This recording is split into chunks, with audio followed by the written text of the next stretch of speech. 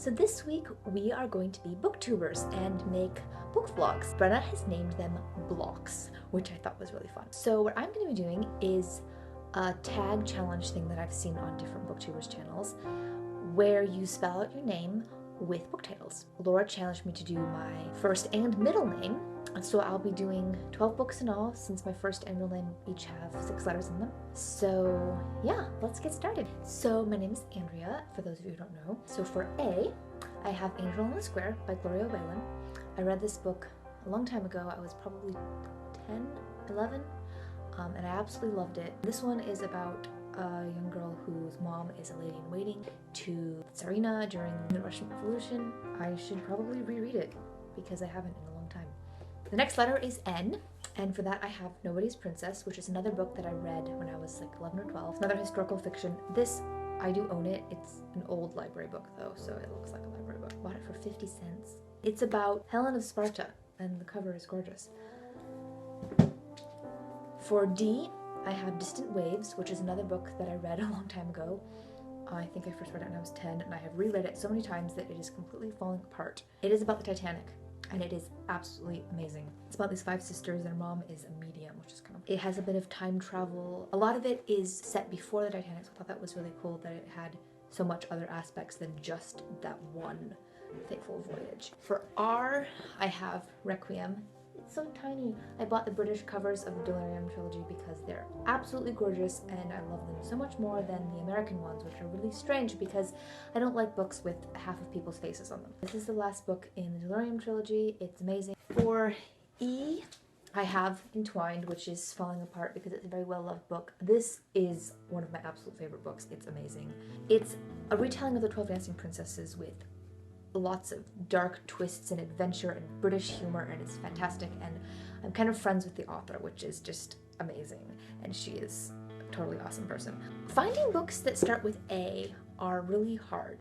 I am going to say that this does start with an A, even though there's a the in the beginning. It's called The Arcadians by Lloyd Alexander. Another book that I loved when I was younger. It is a Greek-inspired adventure. It's absolutely hilarious. So there's my first name. So, sorry for the light change, I had to go eat and it got dark. So now I have a gigantic glowing globe of light because I had to turn my lamp on. Now I am going through my middle name, which is Leanne. You would not believe how hard it is to find books that start with N. I have one book that starts with N on my shelf. One book! And I already used it. So I had to go hunt in the basement for like picture books, and I didn't find any picture books that started with N. So I found this historical nonfiction book that I haven't read hardly any of, and this book from a series from when I was younger. I want to write a book that starts with N just so that there are more books that start with N. Like if someone wants to do this challenge and they have a name with double N's, which is very common. Anyways, to start with, we have The Lost Hero by Rick Riordan. First book of the Amazing Heroes of Olympus, which I love, and they are amazing. And my little stuffed Percy is currently being used as a quad pod. He's propping up my phone on my shelf, or else I would show him to you. Finding a book that starts with I is also very hard, but then I found this, I, Toto. It is a autobiography of Terry, the dog who played Toto. It's a really cute book, like a scrapbook style typewriter. It's cool. A books are also hard to find. This is called All in Good Time by Edward Ormondroyd. How's that for a last name? It is the second book of a little duo of very funny, very cute 1960s time travel books about this girl who goes in this elevator in her apartment building, and then she shows up in the 1880s, and then she like matchmakes her dad with this woman who lives there, and it's really funny. I've been having a lot of old books that I read when I was like 11 in this video. I don't know why. Let's go with this huge historical nonfiction book, Nicholas and Alexandra by Robert K. Massey.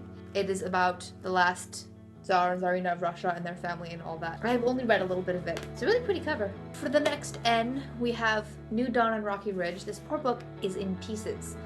It is the 5th, 6th book in the Rose Years series, which was written by Roger Lee McBride, who was a friend of Rose Wilder, who was Laura Ingalls Wilder's daughter, and so it's like a series of books in the vein of Little House on the Prairie about her life.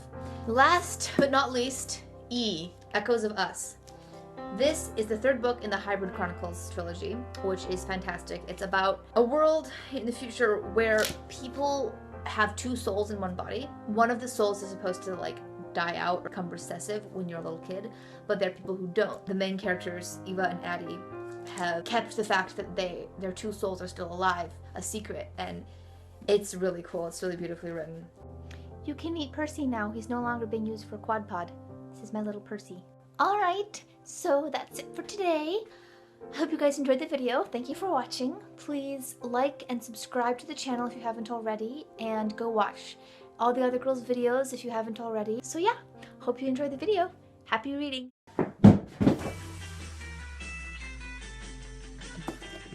And our Talia the pinecone fell down. Here's a Polampus.